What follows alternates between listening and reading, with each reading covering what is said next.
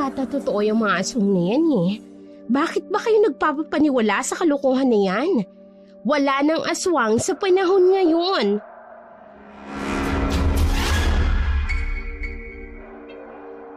Totoo ang mga aswang. At ngayon sumasalakay na naman sila. At muling maghahasik ng lagim. Lalo na kapag kabilugan ng buwan. Kaya dapat tayong mag-ingat.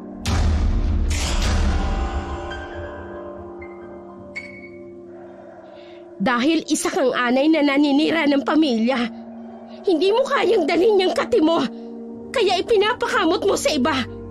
Kagaya ng sabi ko, masahol ka pa sa aswang. Wala kang delikadesang klase ng babae. Eso na puta! Sana, karmahin ka sa lahat ng kahayupang ginawa mo sa akin. Makatagpo ka sana ng aswang. Ay hindi pala. Dahil mas masahol ka pa sa aswang.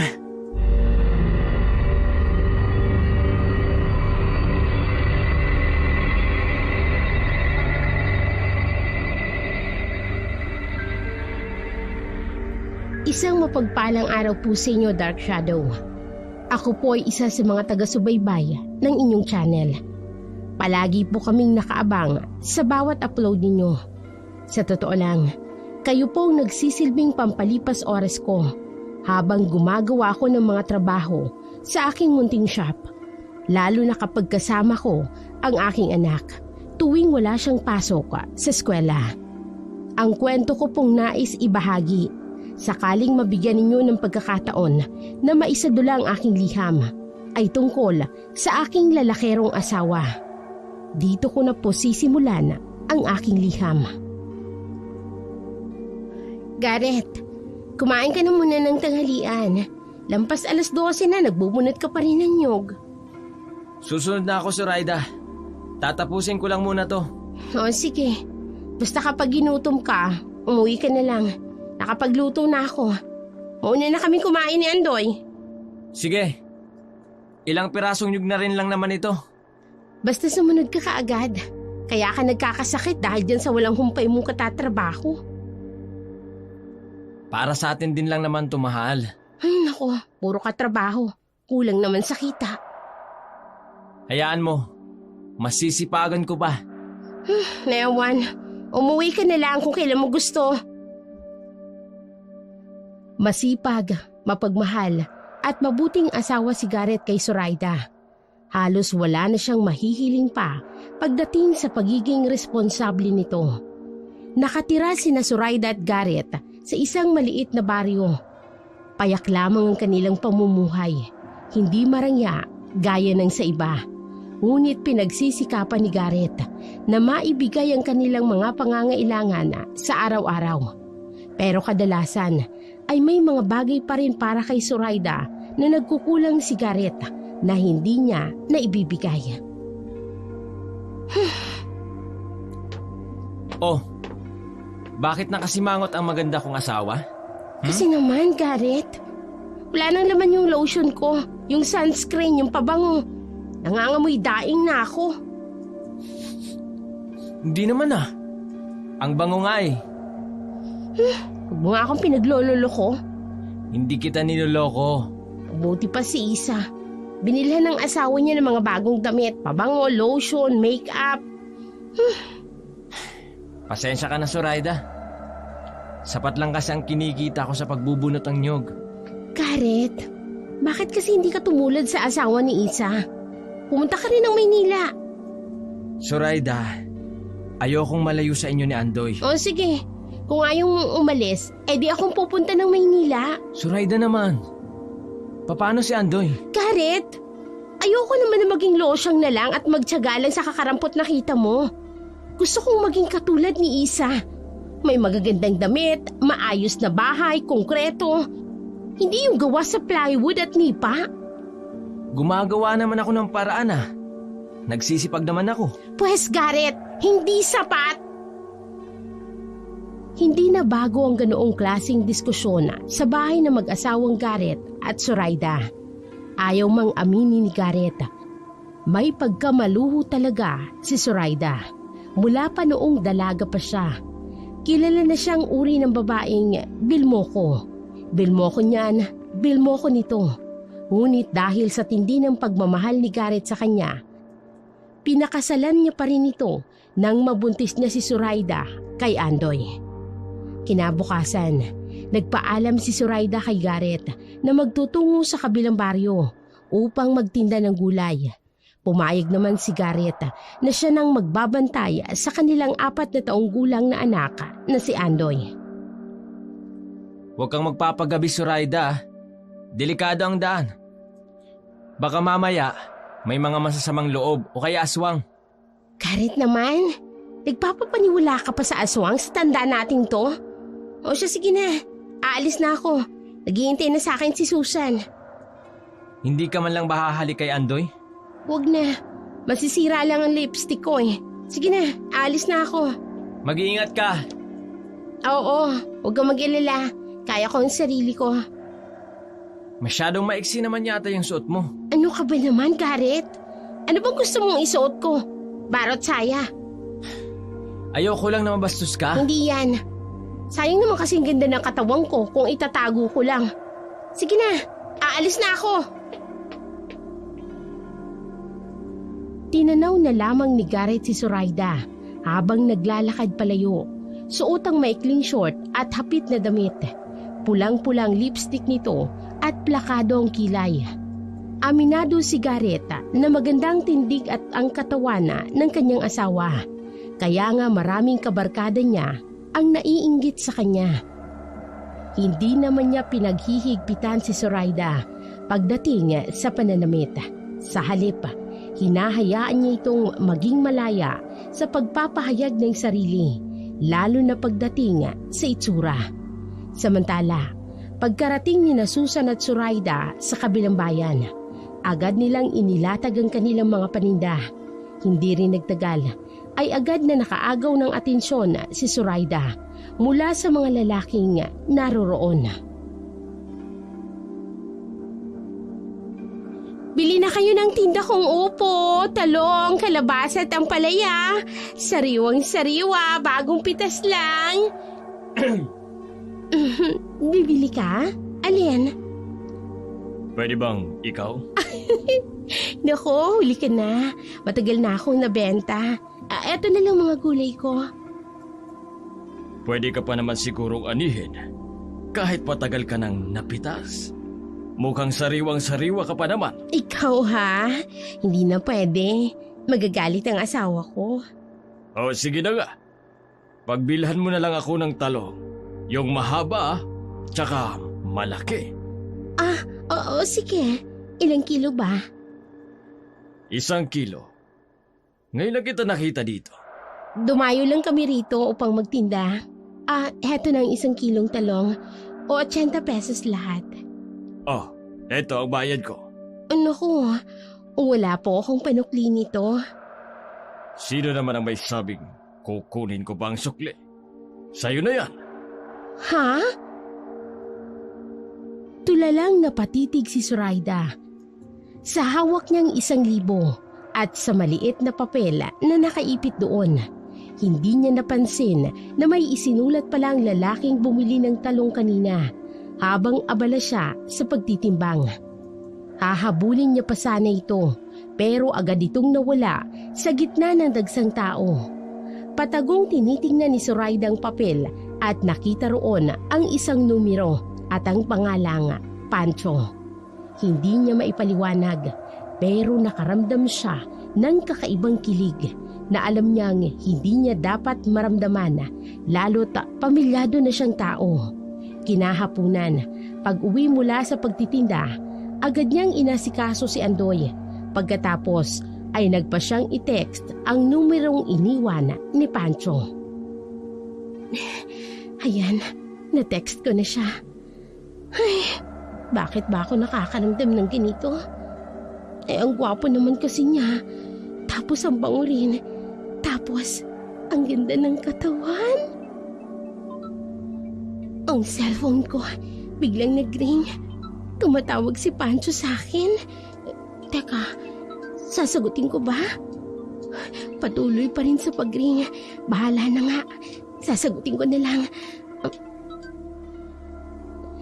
Hello?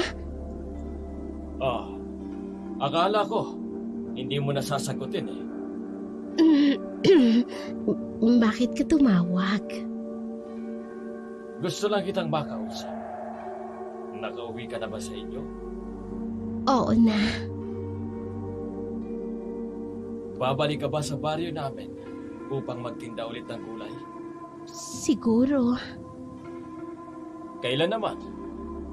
Bukas. Talaga? Pwede ba tayong magkita? Dadamihan ko ang pagbili ng gulay sa'yo. Talaga? Naku, nakakahiya naman. Ang laki nga nung ibinigay mo sa akin kanina. Hindi lang yun ang kaya kong ibigay sa'yo. Sa oras na makilala mo pa ako.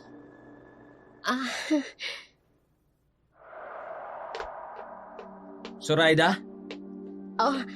Pancho, kailangan ko nang ibaba ang tawag mo. Narito na ang asawa ko. Bye. Zoraida? Nasaan ka ba? Naririto ako, Garrett! Nakakainis naman ang lalaking to, oo. Puiset, istorbo. Tumungo si Zoraida sa kusina kung saan nadatnan niya si Garrett na abala sa paghahanda ng biniling noodles. Hinaluan pa ito ng malunggay upang may ulam sila ng gabing yun. Napaismid si Zoraida. Palagi na lang ganoon ang kanilang ulam. Kung hindi mumurahing isda ay gulay o di kaya'y instant noodles na palagi ang kanilang kinakain. Dahil dito, hindi napigilan ni Zoraida ang muling magreklamo kay Garrett. Eto na naman ang ulam natin. Oo. Pasensya na. Hindi na ako bumili ng mamahaling isda eh. Mas inuna ko kasing bayaran yung mga utang natin. Para wala na tayong sakit sa ulo. Magkakasakit naman ako sa batong yan. Ayoko niyan. Zoraida naman. Di ba binayaran ka na sa pagbubunot ng nyog?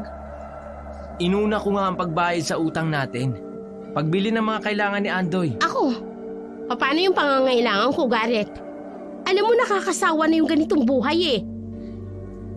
Anong gusto mo? Bilhin ko lahat ng luho mo habang may marami tayong utang? Tapos hindi ko bibilhan ng gatas at vitamin si Andoy? Sana kasi hindi mo ako binuntis kaagad. Alam mo nang kulang ka lang sa... Kulang na lang ng ano? Nagsisi ka na pinakasalan mo ako? Ganun ba, Zoraida? Ewan ko sa'yo. Ay naku, diyan ka na nga. Zoraida! Zoraida! Bumalik ka dito! Zoraida! Pero kahit anong tawag ni Garrett sa kanyang asawa, ay hindi na siya pinakinggan ni Zoraida. Marahas itong umupo, dala ng inis at pagod. Maghapon siyang nagbantay sa kanilang anak habang wala si Zoraida. Sabay na ginawa pang gawaing bahay. Pagka-uwi ni Zoraida, lumabas siya upang magdiskarte ng bigas at ng ulam. At matapos ang lahat ng yon, siya pang inawaya ng kanyang asawa. Samantala, si Zoraida ay dumiretso sa kilalang karinderiya sa kanilang baryo. Bumili siya ng 2 klase ng masarap na ulam at soft drinks. Walang pakialam sa Lucky Me na may malunggay ang ulam ng kanyang asawa. Habang kumakain, napagpasyahan niyang tawagan si Pancho.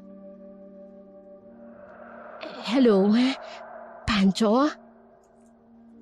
Ang sarap naman pakinggan ang pangalan ko kapag galing sa'yo. Ikaw talaga, bulero ka. Teka nga pala, hindi ko nga pala nasabi sa'yo ang pangalan ko. Zoraida, hindi ba? Paano mo nalaman?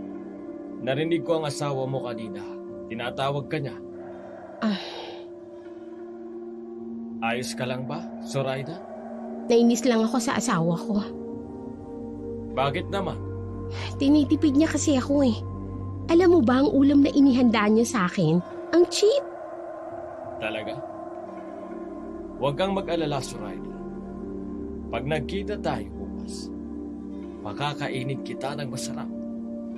Talaga, Pancho? Oo naman. Sabi ko naman sa'yo, marami akong maibibigay sa'yo na hindi kayang ibigay ng asawa mo. Parang kinikilig sa tuwa si Zoraida sa mga sinabi ni Pancho.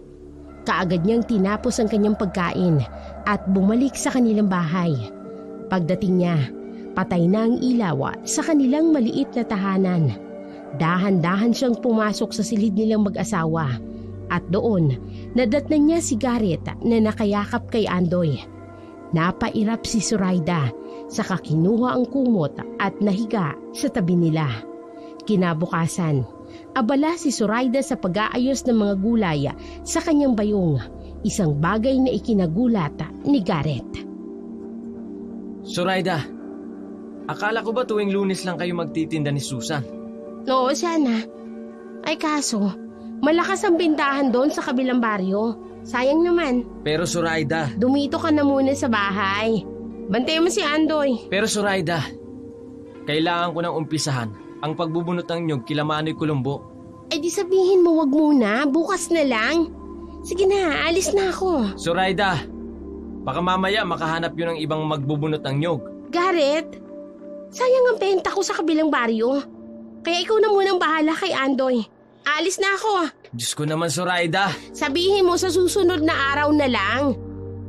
Hindi pwedeng sa susunod na araw, Zoraida. Basta, alis na ako. Saan ka na? Zoraida! Zoraida, ano ba? Ngunit hindi nakinig si Zoraida at tuloy-tuloy itong naglakad papalayo. Wala nang nagawa si Garrett. Sa inis, kinuha niya si Andoy, kinarga ito at tinahak ang bahay ni Manoy Colombo upang ipaalam na sa makalawa na siya magbubunot ng nyug. Umaasang papayag ito. Samantala, pagdating ni Zoraida sa baryo kung saan siya nagtitinda, agad niyang namataan si Pancho. Malawak ang ngiti nito at halatang sinisipat ang kanyang katawan, lalo na ang kanyang dibdib. Dumating ka. Siyempre, kailangan ko magtinda ng mga gulay eh. Bilhin ko na lahat yan. Talaga? Oo naman, para hindi mo na kailangang magtagal dito. Para lang ipaubos ang mga yan. May gusto kasi akong pagdalhan sa'yo kung papayag ka. Saan naman? Sa bayan. Sa bayan? Talaga? Naku, nakakaya naman sa'yo. Huwag ka nang mahiya. Sige na. Ibigay mo na sa akin yung bayong mo at idadaan muna natin sa barracks ko. Tapos dediretso na tayo sa bayan. Ay, sige. Ganoon na nga ang ginawa ni Pancho. Matapos nitong iwan sa barracks ang mga pinamili niyang gulay kay Zoraida, muli silang bumiyahe patungo sa bayan. Kaagad siyang dinala ni Pancho sa isang kilalang tindahan na nagbibenta ng mga kolorete, ng damit at iba pang gamit na pambabae. Manghang-mangha si Zoraida sa kanyang nakita at hindi niya napigilang mapatingin kay Pancho.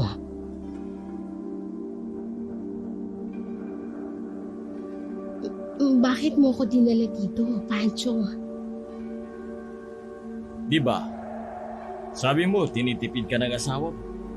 Kaya ito, mamili ka ng kahit anong gusto at bibilhin ko para sa'yo. Talaga? Kahit ano? Oo. Kaya sige na, mamili ka na. Naku, salamat, Pancho. Hindi ko talaga tatanggihan to. Mamili ka na. Hihintayin kita dito sa labas. Sige, sandali lang ha. Papasok na lang ako at mamimili. Ay, kapag siniswerte ka nga naman. Iba talaga yung alindog mo, Zoraida. Mamili ka ng maraming damit, lotion, makeup at pabango. Pagkatapos mamili, manghang-mangha si Zoraida sa dami ng natira sa perang ibinigay ni Pancho. Marami na siyang nabili, pero isang reklamo ay wala siyang narinig mula rito. Matapos ang pamimili ng kanyang mga gamit, kumain sila sa isang kilalang kainan sa bayan. Pagkatapos ay inanyayahan siya ni Pancho na tumuloy sa barracks nito para raw uminom ng konti. Hapon na noon at nagsisimula ng mag-alala si Zoraida na baka gabihin siya ng uwi. Ngunit sa kabila ng kanyang pag-aalinlangan, hindi niya rin magawang tanggihan si Pancho. Mukhang lasing ka na. Hindi pa naman. Medyo tinatamaan na. Sa akin ba? Hindi ka tinatamaan? Alam mo, gwapo ka, Pancho. Ang bango-bango mo rin. Tsaka, ang ganda ng katawan mo. Pwede mong hawakan yan. Pwede mong gawin ang kahit anong gusto mo. Talaga? Ikaw, anong gusto mong gawin sa akin? May binabala ka ba? Kasi alam mo, may kasabihan. Kapag may alak, may balak. Siyempre, Beron. Halika nga dito. Ano ba? Huwag mo naman akong ibalibag sa kama. Ayaw mo ba ng harsh? Basta ikaw ang gagawa, pwede naman. Nanggigigil talaga ako sa'yo, Zoraida. Unang kita ko pa lang sa'yo. Nag-iinit na ako. Sa wakas, matitikman na rin kita. Halika dito. Ako rin. Gustong-gusto rin kitang matikman. Napuno ng malalanding hagikik at ungol ang loob ng barracks ni Pancho. Madaling araw na nang matapos sila sa kanilang makamundong gawain. Nang mahimasmasan si Zoraida, saka pa lamang niya napagtanto na madaling araw na pala. Agad niyang pinulot ang kanyang mga pinaghubarang damit at pilit na ginising si Pancho upang magpahatid pabalik sa kanilang baryo.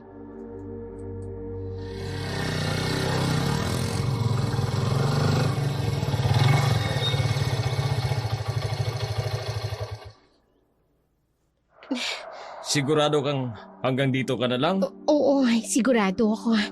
Walang hiya, oo. Tsak na malaking away na naman to. Magdahilan ka na lang. Sige na, aalis na ako.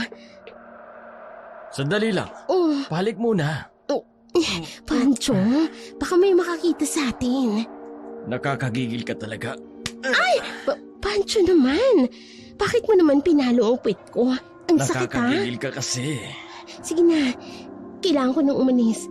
Salamat dito sa mga pinamili mo sa akin ha. Magkita ulit tayo ha. Susunduin kita tapos idediretso na kita sa barracks ko.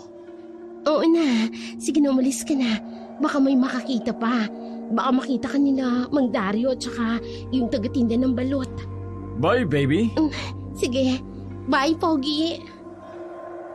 Pagkaalis ni Pancho, mabilis na naglakad si Zoraida pauwi gamit ang flashlight ng kanyang cellphone.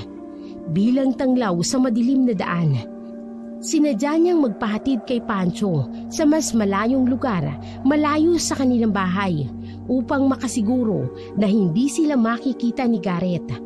Pagkarating sa kanilang bahay, dahan-dahan niyang binuksan ang pintuang gawa sa kawayan sa pag-aakalang tulog na si Gareth.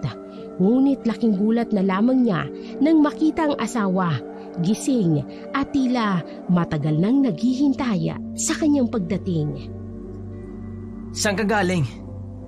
Alam mo ba kung anong oras na, Zoraida? 3:00 na ng umaga. Pasensya na, Gareth. Pasensya? Alam mo ba kung gaano ako nag-alala sa'yo? Pinuntahan ko pa si Susan para lang alamin kung nasaan ka. Pero ang sabi niya, ikaw lang ang nagtinda. Hindi siya kasama. Zoraida, halos masiraan ako ng bait kakahanap at pag-aalala sa'yo. Pasensya na nga, diba? Nagkita kasi kami ni Tia Olga. Napasarap yung kwentuhan. Di sana man lang nag-text ka para hindi ako nag-aalala ng gusto.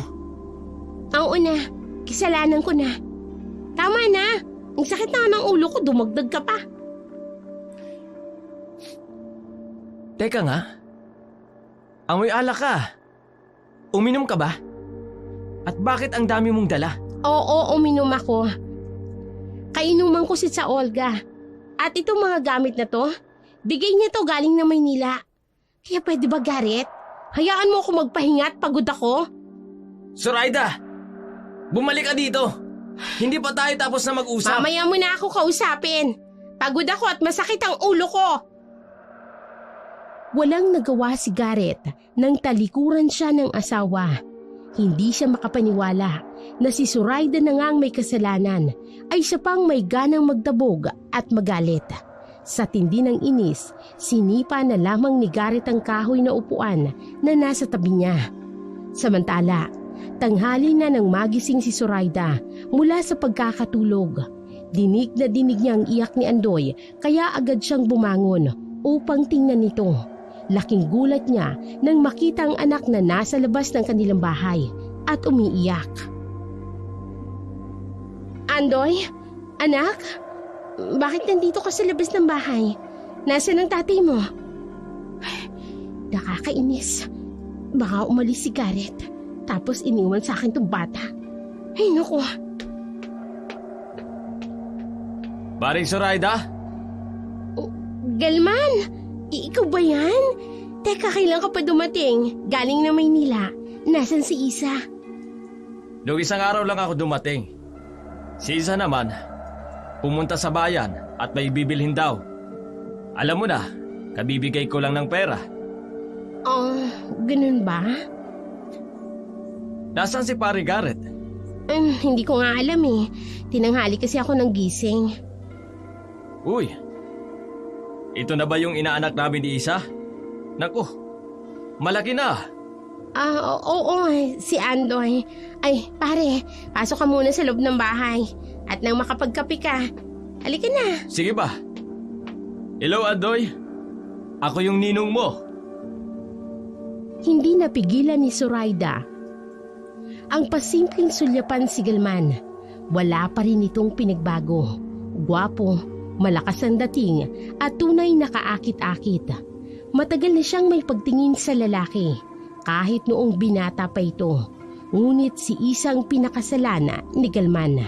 Dahilan upang makaramdam si Zoraida ng matinding inggit kay Isa. Matagal nang magkaibigan sina Garrett at Galman mula pa noong high school. Dahil sa kagustuhan ni Zoraida na mapalapit kay Galman, pumayag siyang makipagrelasyon kay Garrett kahit hindi niya ito lubos na gusto. Sa kabila ng kagwapuhan at kabaitan ng kanyang asawa. Pare, heto yung kape mo. Nako, salamat ha. May dala nga pala akong biscuits para sa inyo. Nag-abala ka pa, pero salamat pa rin. Salamat nga pala dito sa kape, Zoraida. Pero hindi rin ako magtatagal. Babalik na lang ako kapag narito na si Paring Garrett. Naku, pwede mo naman siyang hintayin dito sa bahay. Kwentuhan na muna tayo. Ang tagal mo rin kasing nawala dito sa Barrio Singkamas.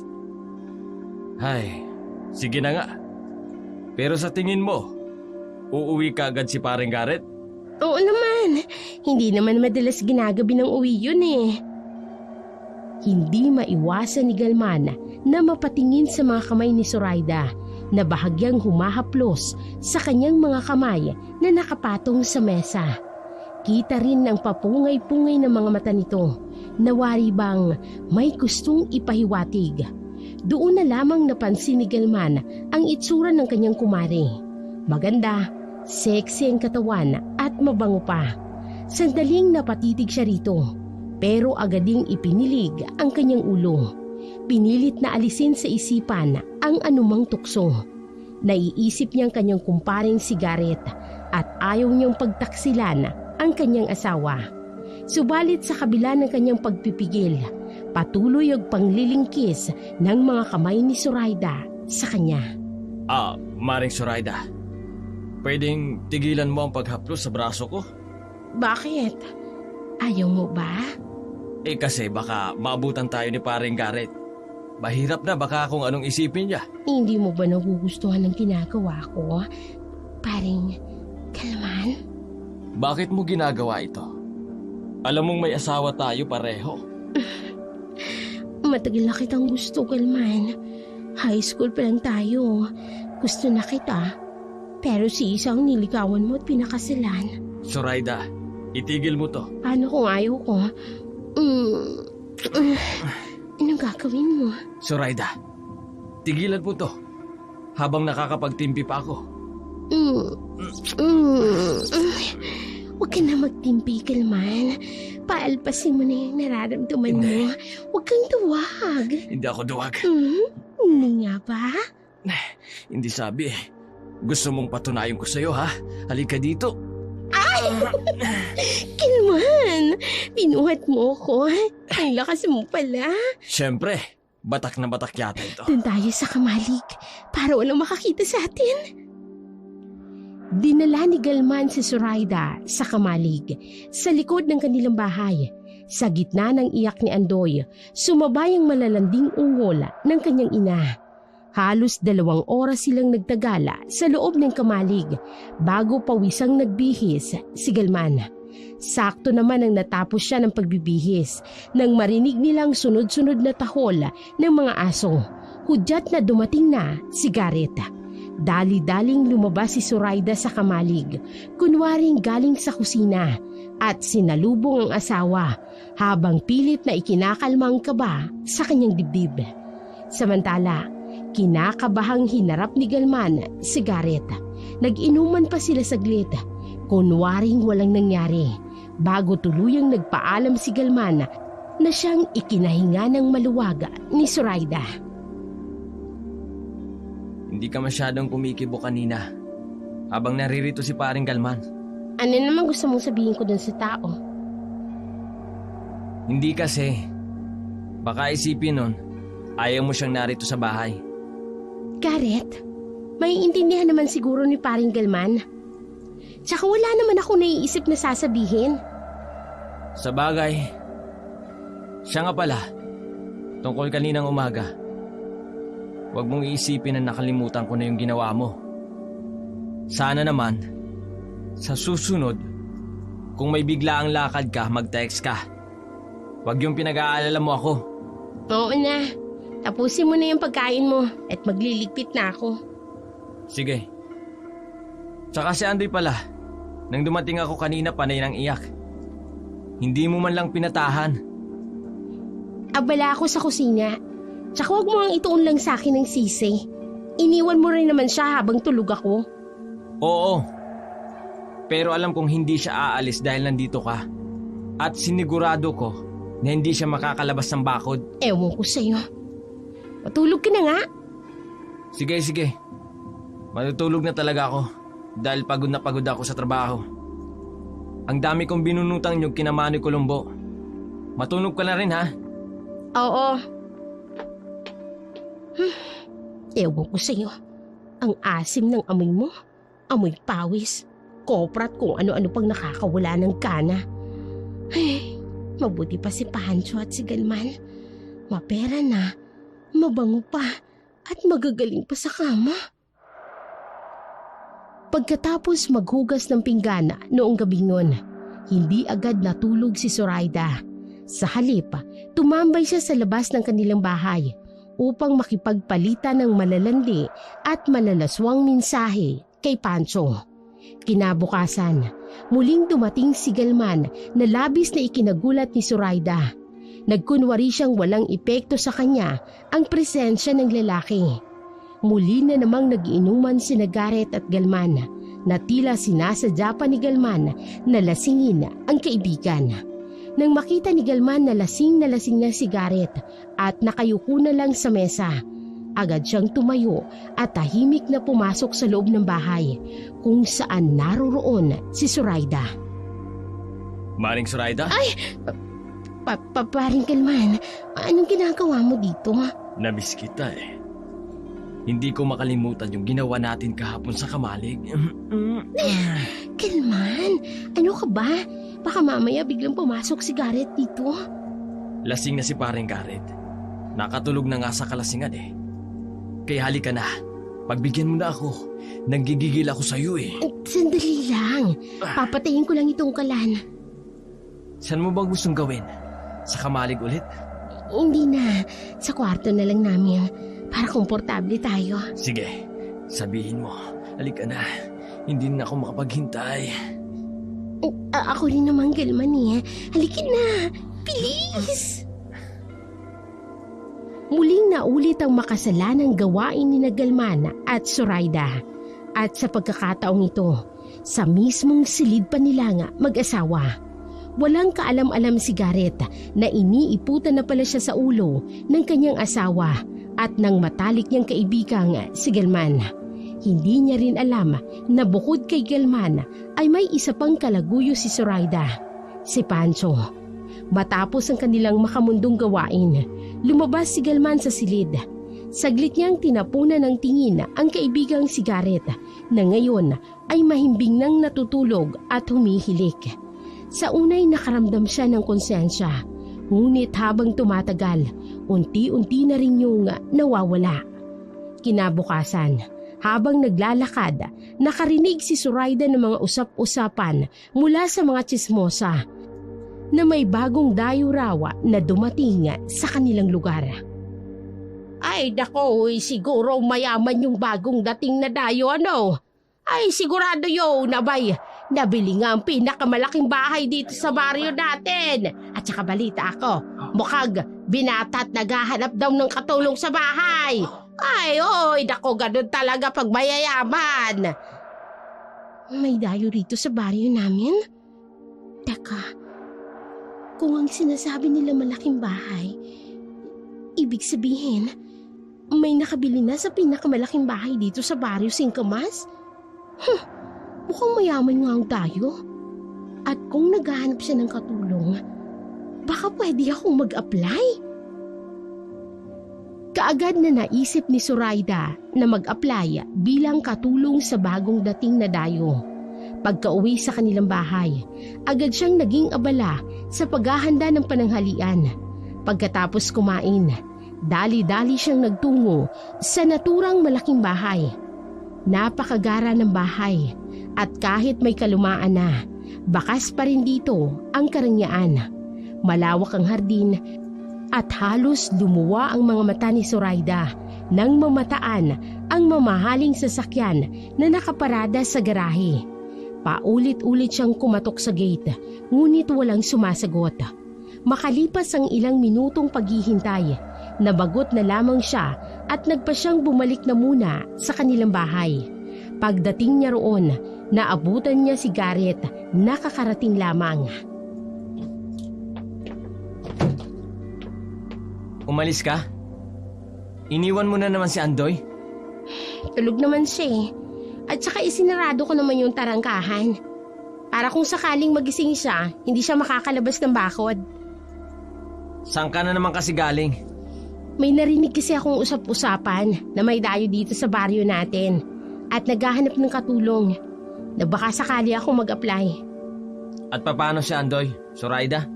Si Andoy na naman? Gareth, hindi mo naman naibibigay yung mga pangangailangan ko? Ginagawa ko naman ang lahat, Zoraida. Pwes hindi sapat. Kung hindi mo kayang ibigay lahat ng pangangailangan ko, magtatrabaho ako. Ikaw na munang magbantay kay Andoy. Hindi ako papayag, Zoraida. Alam mo, nakakainis ka eh. Kung sumama ka sana kay paring Galman sa Maynila, edi sana marami din tayong pera katulad nila. Naipagawa na rin sana natin tong bahay natin. Sige, kakausapin ko si paring Galman. Talaga? Papayag kang pumunta ng Maynila? Oo, para matahimik ka lang. Basta ang perang ipapadala ko sa'yo, gagamitin mo sa tama. Huwag mong lulustayin. Hindi no, pangako. Ipapagawa ko kaagad itong bahay natin. Para pag uwi mo, hindi na maliit na bahay kubong daratnan mo. Para sa pamilya natin, Zoraida, gagawin ko ang lahat. Tuwang-tuwa si Zoraida dahil sa wakas, pumayag na rin si Gareth na pumunta ng Maynila. Nang gabing yun, pinapunta ni Gareth si Galman sa kanilang bahay upang pag-usapan ang posibleng trabaho niya sa Maynila. Sakaling sumama siya sa kaibigan. Kaagad namang sinabi ni Galman na maaari niyang irekomenda si Gareth sa kumpanyang pinagtatrabahuhan niya. Muling nag-inuman ng dalawa at tulad ng dati, sinadya na naman ni Galman na lasingin si Gareth. Ang galing mo talaga, Kalman. Akalain mo yun? Napatulog mo na naman si Gareth. Siyempre naman. Alam na alam ko kung paano lasingin niyang asawa mo. Ambag mo Nakakapang-init ka. Siyempre, nang malaman kong magtutungo ka rito, kagad akong naligo para handa na. Umpisahan na natin. At gigil na ako sa'yo. Balik nga. Kalman, ano ka ba? Nakikiliti ako. Buhatin mo na ako doon. Tapos doon na natin pagpatuloy sa kwarto. Sige, tara na. At hindi na ako makapaghintay. Muling naulit ang makasalanang gawain ni na Zoraida at Galman. Habang walang malay sa kalasingan, si Gareth. Pagkatapos ng kanilang pagtatalik, kaagad na nagbihis si Galman na siyang ikinasimangot ni Zoraida. Agad niya itong pinigilan. Ayaw niya pa sana itong paalisin. Huwag ka naman nang umalis. Hindi pa naman magigising yan si Gareth Hindi pwede, Zoraida. Baka mamaya, sundan ako dito ni Isa. Mabuko pa tayo. Hindi yan. Migo ka na muna dito sa tabi ko. Hindi talaga Sige pwede. na. Kailangan ko nang umalis. Bago pa ako sundan dito ni Isa. Kakainis naman Siya nga pala, aalis ka na patungong Maynila. Namimiss kita. Huwag kang mag-alala. Mauuna si Gareth. Ipapasundo ko na lang siya sa terminal. Sa isa sa mga katrabaho ko. Tatambay pa ako dito ng 1 linggo. Kaya may panahon pa tayo sa isa't isa. Gusto ko yan. Sana pagbalik mo galing Maynila, ganito pa rin tayo Oo naman. Ngayon pa. Natikman na kita. Aba, hindi na ako papayag na hindi ka maikama ulit. Kaya dapat mag-ingat tayo para hindi tayo mahuli. Para tuloy lang ligaya natin. Napahagikik na lamang sa tuwa si Zoraida sa sinabi ni Galman. Samantala, dumating ang araw ng pag-alis ni Gareth. Umiiyak si Andoy habang mahigpit na nakayakap sa kanyang ama. Maraming bilin si Gareth kay Zoraida, ngunit puro pagsang-ayon lamang ang isinasagot ng babae. Walang emosyon, tila wala sa loob. Zoraida, nakikinig ka ba? Oo, nakikinig ako. Bilisan mo na, baka may iwan ka pa ng jeep patungong terminal. Basta yung mga bilin ko Huwag mong kakalimutan. Si Andoy, huwag mong pababayaan Oo na, hindi ko pababayaan yan. Hoy, pagsweldo magpadala ka kaagad. Oo. Hindi pa ako nakakaalis, sweldo kaagad ang nasa isip mo Syempre naman, ano na lang ang gagawin ko dito sa bahay kung wala akong pera? Kaya sige na, larga na, baka may iwan ka pa. Sige. Payakap naman Ay naku, ang ate mo. Ayan, nakayakap na ako sa'yo. Sige na, alis na. Bye anak. Babalik din si Papa Pakabait ka kay Mama. Huwag kang magiging pasaway Mahal na mahal kita. Lihim na napairap si Zoraida. Pakiramdam niya'y napaka-OA ni Gareth. Wala siyang pakialam kahit pa napakabuti nitong ama at asawa. Para sa kanya, hindi sapat ang kabutihan at ang pagmamahal. Ang hinahangad niya'y marangyang buhay, gaya sa mga taong madalas niyang nakikita at kinaiinggitan. Pagkaalis ni Gareth, at nang masiguradong tuluyan na itong nakaalis, agad niyang kinuha ang mga gamit ni Andoy at lumarga patungo sa bahay ng kanyang mga magulang sa kabilang baryo. Doon niya ipinagbili ng bata, sabay sabing mamamasukan siya ng trabaho. Ngunit ang totoo, ayaw lang talaga niyang mag-alaga ng anak. Habang wala ang kanyang asawa, balak niyang sulitin ang pagiging dalaga muli, malaya at walang inaalala. Sandali lang! Oh, ang tagal mo naman. Siyempre, siniguro ko munang walang nakakita sa akin. Halika na, pumasok ka na. Saan mo iniwan yung motor mo? Doon sa may labasan. Ipinagbiling ko doon sa matandang tindera. Binigyan ko na lang ng bayad. Ay naku, namiss kita, Pancho. Tagal din nating hindi nagkita. Mabuti na lang. Pumunta ng Maynila ang asawa mo. Buwelo na tayo ngayon. Oo naman, pinilit ko talaga siyang umalis para naman makahinga ako kahit papano. Mamaya na tayo mag-usap. Sabik na ako sa iyo eh. Halika na, bimbagan na tayo. Sige, ako rin. Miss na kita. Halika na sa kwarto mo. Bilisan mo na, Zoraida. Oo na, nandyan na.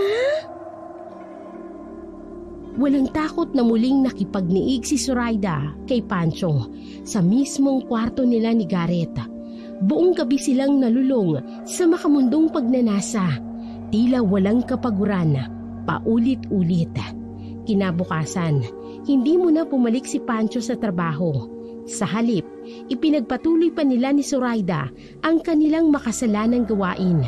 Nang sumapit ang gabi, nagpasya na si Pancho na bumalik sa kabilang baryo dahil tapos na ang kanyang day off. Bago umalis, binigyan niya si Zoraida ng malaking halaga ng pera na labis namang ikinatuwa ng babae. Pagkaalis ni Pancho, nagtungo si Zoraida sa tindahan upang bumili ng alak. Doon niya narinig ang maiingay na kwentuhan ng mga tsismosa. Ay nako, totoo yun, Mare. Ay, yung anak ni Tonyo, sa kabaret yun, diba? Abay, inaswang. Ayun, patay. Abay, kawawa naman. Kaisa-isang anak ni Tonyo yun eh, pero pinatay ng aswang. Mawalang galing na ho? Ano yun? Aswang? Ay, nako, Zoraida. Natagpo ang kagabi si Bebet, galing yata sa club. Ay, walang damit, walang puso. Iyak nang iyak nga si Tonyo. Kaya ikaw, Zoraida, abay mag-iingat ka. Mag-isa ka pa naman ngayon at walang asawa mo, ay baka mamaya aswangin ka rin. Hindi naman yata totoo yung mga aswang niyan eh. Totoo ang mga aswang. At ngayon ay sumasalakay na naman sila. Muli na namang naghahasik ng lagim, lalo na sa kabilugan ng buwan. Kaya dapat tayong mag-ingat. Kwentong barbero lang yan. Makakatang isip. Para lang matakot tayo. Hindi na ho totoong mga aswang. Walang aswang. Kaya sige na ho, magsiuwi na kayo. Dahil sigurado ako, wala pa kayong mga sinaing sa bahay ninyo. Uwi na ho! Napaismid na lamang ang mga tsismosa kay Zoraida bago siya sinundan ng matatalima na tingin. Wala naman siyang pakialam at hindi na rin naman siya naniniwala sa mga aswang. Sinigurado niyang adik lamang ang may kagagawa ng pagpatay sa anak ni Mang Tonyo na si Beta. Habang nasa kaligitnaan ng paglalakad si Zoraida, napadaan siya sa malaking bahay na ngayon ay may bagong pintura. Lalo itong naging mukhang magara. Paglingon niya sa gate, nanlaki ang kanyang mga mata nang mapansin ang nakasabit na karatula. Wanted, maid. Walang pag-aalinlangan. Muli siyang kumatok sa gate ng bahay. Maya-maya pa, may taong lumabas mula sa loob. Kaagad na itinago ni Zoraida ang biniling beer sa ilalim ng mayabong na halaman. Sa labas ng gate, babalikan niya na lamang ito kapag pauwi na siya. Ano kailangan mo? Ay, grabe. Ang ganda naman ng babaeng to. Nahiya naman ako. Miss? Ay, nako. Sorry po, ma'am. Nakita ko po kasi yung karatula dito sa labas ng gate. Naghahanap po kayo ng maid? Yeah. Pag-a-apply ka ba? Oo po sana. Halika. Pasok ka. Sige po. Ay, grabe. Ang tangkad. Ang ganda. At sobrang bango niya. Pambihira. Tinaig pa ang artista. Maupo ka. I am Gwyneth de la Fuente. Kaya naghahanap ako ng maid dahil walang mag-aasikaso sa asawa ko. Wala kasi siyang alam sa mga gawaing bahay. Babalik ako ng Spain sa susunod na araw. Ganun po ba? Naku, Maalam po ako pagdating sa mga gawaing bahay, ma'am. Wala po kayong dapat ipag-alala. Ano nga palang pangalan mo? Ay, Susuraida Cortez ho. Taga rito ka talaga sa Barrio Singkamas? Ay, hindi po. Taga San Rafael po kami. Kaso mas pinili namin ng asawa ko na lumipat dito sa Barrio Singkamas. Ganun ba? Mas mabuti. Alam mo, kailangan ko na talaga ng makahanap ng katulong. Pero dahil nandito ka na, tatanggapin na kita. Ay, nako, talaga po.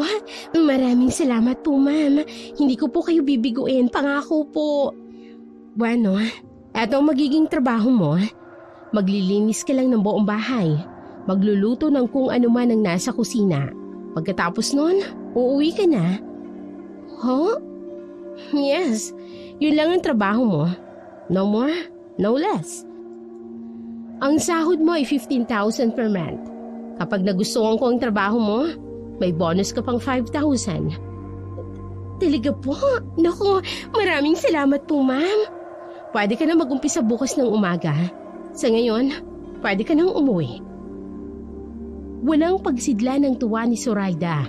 Kaya agad niyang kinuha ang bote ng beer na itinago sa ilalim ng mayayabong na halaman. Pagka-uwi sa kanilang bahay, naabutan niyang naghihintay si Galman. Kaagad niya itong pinapasok sa bahay, sabay nilang pinagsaluhan ang inuming kanyang binili. Muli na namang nangyari ang kanilang makamundong gawain. Waray walang pakialam si Zoraida sa kanyang pagiging lalakero. Para sa kanya, nag-i-enjoy siya sa ginagawa niya at kasiyahang hindi niya nararamdaman sa piling ng kanyang asawang si Garrett. Ibig mong sabihin, mag-uumpisa ka nang magtrabaho sa malaking bahay? Oo, malaking sweldo, Galman. Hindi na nga ako makapaniwala na natanggap ako kaagad.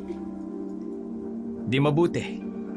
Nang may mapagkaabalang ka naman, baka mamaya, manlalaki ka pa ulit pag alis ko. Hoy, kung makapagsalita ka, akala mo naman malinis ka? Syempre naman, ang gusto ko, si paring Garrett lang kahati ko sa'yo. Mahirap naman kung madami kami. Manahimik ka nga dyan, ang arte mo. Siya nga pala, may narinig akong usap-usapan. Tungkol saan? May natagpuan na namang panibagong bangkay na babae.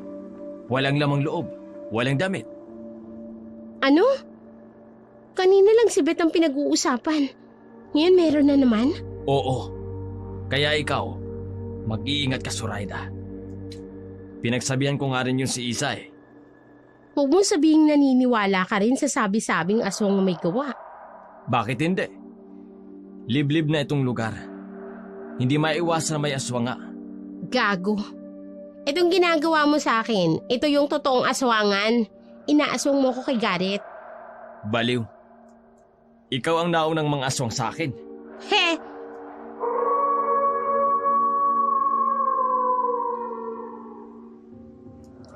Ano ba naman yan? Sino bang may-ari ng aso na yan at hinahayaan na umalulong? Alam ba nila na buwiset yan? Kailangan ko nang umuwi. Baka kung mapano si Isa. At ako? Paano ako? Kaya mo ng sarili mo, Zoraida. Ano? Hindi makapaniwala si Zoraida na basta na lamang siya iniwan ni Galman sa kama sa alalahaning baka may nangyari kay Isa, ang asawa nito. Galit siyang bumangon, isinuot ang kanyang sando at maikling short at lumabas ng bahay. Doon siya humithit ng sigarilyo habang nagpapalipas ng inis. Patuloy pa rin ang pag-alulong ng mga aso sa di kalayuan pero wala siyang pakialam. Maya-maya pa'y bigla niyang narinig ang isang sigaw, boses ng isang babae.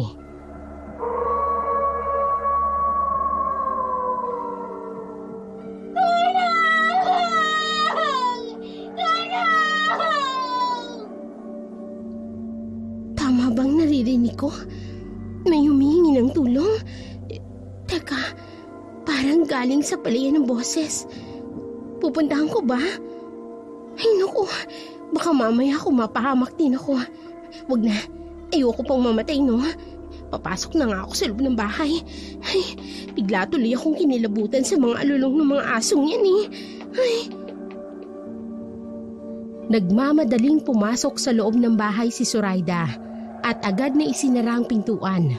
Ngunit kahit nakapasok na siya, rinig pa rin niya ang tinig ng babaeng humihingi ng saklolo. Natakot siyang lumabas o hanapin ito. Ayaw niyang madamay sa anumang panganib. Kinabukasan, habang patungo siya sa malaking bahay ng mga De La Fuente, nadaanan niya ang isang tumpok ng mga tao sa gilid ng palayan. Doon niya nasilayan ng bangkay ng isang babaeng walang saplot, wasak ang dibdib at nakadilat ang mga mata, tila nakatitig sa kanya. Nanlaki ang mga mata ni Zoraida. Kilala niya ang babae, si Isa, ang asawa ni Galman. Parang kinilabutan si Zoraida, lalo nang makita niya si Galman na umiiyak sa tabi ng bangkay ng kanyang asawa. Dali-dali siyang umalis mula sa kinaroroonan at nagmamadaling tumungo sa kanyang papasukang trabaho. Zoraida, ang aga mong dumating. Gusto ko yan. Good morning po, ma'am. Alis na po kayo? Oo, pupunta ako sa bayan. May bibilhin lang. Umpisahan mo na magtrabaho dito sa bahay, Zoraida. Unahin mong linisin ang hardin. Pagkatapos magluto ka ng pananghalian ng sir mo. Sige po, ma'am. Ako na pong bahala. Alejandro! Adios! Hasta luego! Alis na ako, Zoraida. Ikaw nang bahala rito sa bahay. Tulala si Zoraida habang pinapanood ang paalis na among si Gwyneth. Bumaling siya sa bintana nang mapansin niyang may kinawayan nito. Doon niya nakita ang isang napakagwapong lalaki. Sobrang tangos ng ilong, mamula-mulang balata sa sikat ng araw, at lahat ng buhok ay kulay ginto at makintab. Ang kanyang mga mata ay kulay tsokolate na matamang nakatitig kay Zoraida. Parang nahipnotismo siya. Saglit niyang nakalimutan ang karumal-dumal na sinapit ni Isa. Kaagad na umandar ang kakaibang pag-iisip sa kanyang utak nang malaman niyang napakagwapo pala ng asawa ng kanyang amo na si Gwyneth. Grabe, hindi ko akalain na makalaglag panty palang kagwapuhan ng asawa ng amo ko. Napakagwapo niya, sobra. Kailangan sarpang ko ang pagluluto ng pagkain para hanap-hanapin niya ang luto ko. Teka, maghahanap ako ng pwedeng iluto dito sa deep freezer nila. Ayan. Puro namang karne ang nandito. Wala man lang isda. Ay, bahala na nga. Eto na lang ang iluluto ko. Teka, wala ding asin kahit man lang bawang? Ay, ano ba namang klaseng bahay to? Bahala nga sila. Susundin ko na lang ang sabi ni Ma'am Gwyneth. Kung ano lang ang nandito, eh di yun lang ang gagawin ko. Kaagad na tumalima si Zoraida upang iluto ang karning nakuha niya sa freezer. Bago ito lutuin, tiniyak niya munang matho ang karne. Nang tuluyan na itong matho, agad niya itong iniluto. Sakto namang natapos siya sa pagluluto nang bumaba ang kanyang among lalaki. Halos hindi makahinga si Zoraida sa sobrang kagwapuhan ng kanyang amo.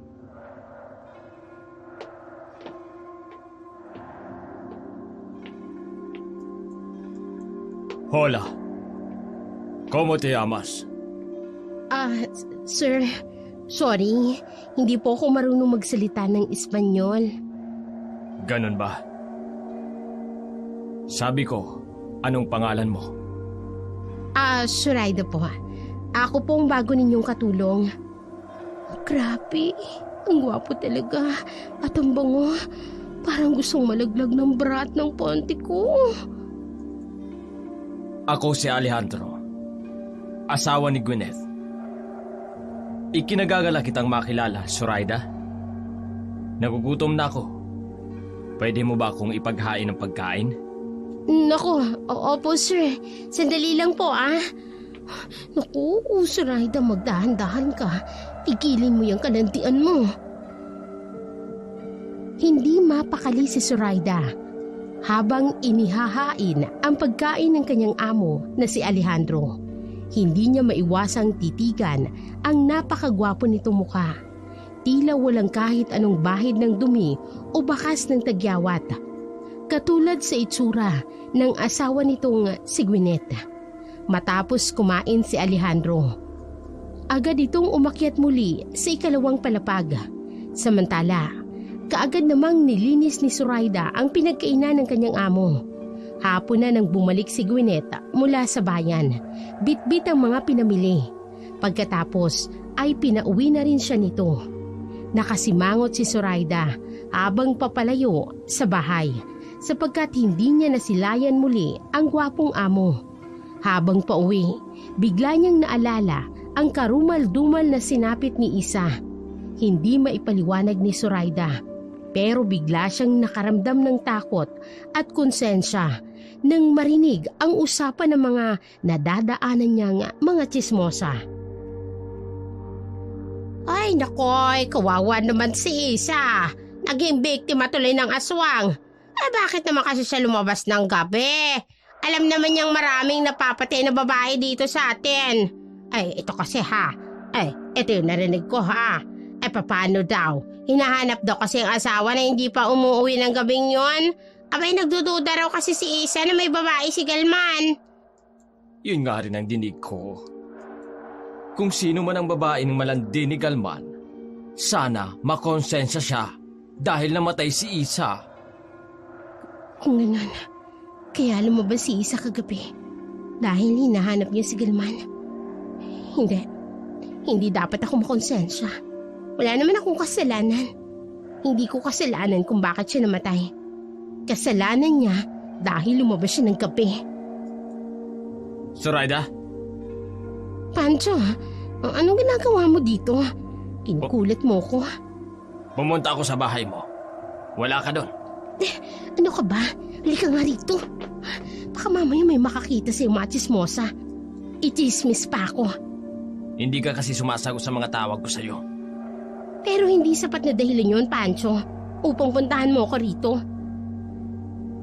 Hindi maitago ni Zoraida ang inis sa kanyang tinig. Dahil sa biglaang pagsulpot ni Pancho, mabuti na lamang at agad niya itong nahila papalayo sa mga nagkukumpulang tsismosa bago pa man sila makita ng mga ito. Sumama si Pancho sa bahay ni Zoraida, ngunit hindi maintindihan ni Zoraida ang nararamdaman. Naiirita siya sa presensya ni Pancho na dati naman ay gustong-gusto niya. Umalis ka na muna, Pancho. Pagod ako ngayon. Hindi rin kita maasikaso. Pagod? Saan ka naman pagod? At nasaan ang asawa mo? Hindi pa ba bumabalik? Hindi pa. Nasa Maynila pa siya. At kaya ako pagod dahil may trabaho na ako. Bakit naman hindi mo ako binanitaan na wala pa pala? Di sana, noong isang araw pa ako pumunta dito. Sabik na ako sa iyo Zoraida. Pancho, huwag ngayon. Pagod nga ako. Hindi mo ako pwedeng tanggihan, Zoraida. Ano ba, Pancho? Nasasaktan ako Hindi mo ako pwedeng tanggihan. Kaya halika dito. Ano ba? Bitiwan mo ako, Pancho. Ayoko nga Hindi. Aangkinin kita ngayong gabi at hindi ka pwedeng tumanggi. Anong akala mo? Gagastusan lang kita ng walang kapalit. Aba, masaya ka. Ano ba? Bitiwan mo, sabi ako. Patuloy na nagpupumigla si Zoraida kay Pancho. Ngunit walang magawang lakas niya laban sa lakas ng lalaki. Kaya't nangyaring nais nito noong gabing yun. Nakatulog sila ni Zoraida dahil sa pagod. Samantala, si Galman dahil sa hinagpis na nangyari sa kanyang asawa ay nagtungo sa bahay ni Zoraida. Walang takot na pumasok sa silid nito bandang 6:00 ng umaga. Dahil wala si Garrett, hindi siya nagdalawang isip na puntahan ng babae. Ngunit ganoon na lamang ang kanyang pagkabigla nang makitang nakahubad na lalaking nakayakap sa hubad na katawan ni Zoraida. Hindi pa man siya nakakabawi sa pagkabigla nang biglang muling bumukas ang pintuan at tumambad ang litong-litong mukha ni Garrett nang makita siya. At agad-agad na napalitan ng galit nang makita ang kalagayan ng kanyang asawa at ang lalaking nakayakap rito. Kaagad nitong hinablot si Zoraida na hubot-hubad. Garrett, nasasaktan ako. Ano ba, bitiwan mo ko? Walang hiya ka! Wala pa akong 1 buwan sa Maynila. Tapos ito ang madadatnan ko. Garrett! Kailan mo ba ako nilolo ko, ha? Patawarin mo ko. Pinagsabay-sabay mo ba sila? Sumagot kang malandi ka! Oo! Pinagsabay-sabay ko kayo. Nagawa ko lang naman yun kasi wala kang oras sa akin. Hindi mo rin ibibigay lahat ng mga luho ko. Si Pancho na ibibigay niya ang mga pangangailangan ko. Si Gelman matagal ko na siyang gusto. Hayop ka! Umuwi ako ng biglaan dahil nag-aalala ako dahil sa mga nababalita akong patayan dito sa baryo. Tapos punyeta, ito lang yung madadatnan ko. Ipinuputa mo ang katawan mo. Garrett, patawarin mo na ako. Hindi ko sinasadya. Nadala lang naman ako ng tukso eh. At kayo, lalo ka na, Galman. Anong klaseng kaibigan ka? Ahas ka! Namatay na ang asawa mo. Lahat, nagawa mo pang pumunta dito sa kirida mo? Walang hiya kayo! At ikaw na demonyo ka! Mapapatay kita!